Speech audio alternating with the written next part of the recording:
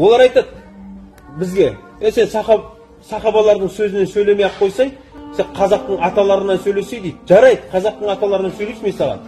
Қайсысын айтып берейін? Бұхар жырау танисыздар ма?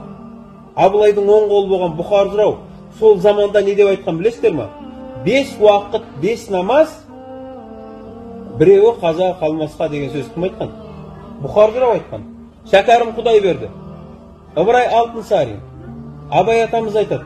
Бала едіңіз, келдік қой талай жасқа, көз жетті бір қалыпта тұра алмасқа. Адамды сүй, Алланың хикметін сез, не қызық бар өмірде одан басқа. Ыбырай Алтынсарин. Бір Аллаға сыйынып, кел балалар оқылып дейді. Оның бір Аллаға сыйынып деген ап тастады адамдар.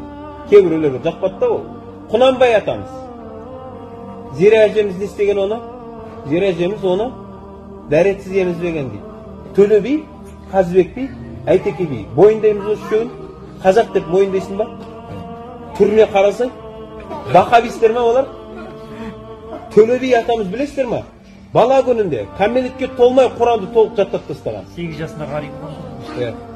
Бұның бәрі не дейді? Ит жоқ жерде шошқа өрет дей ма?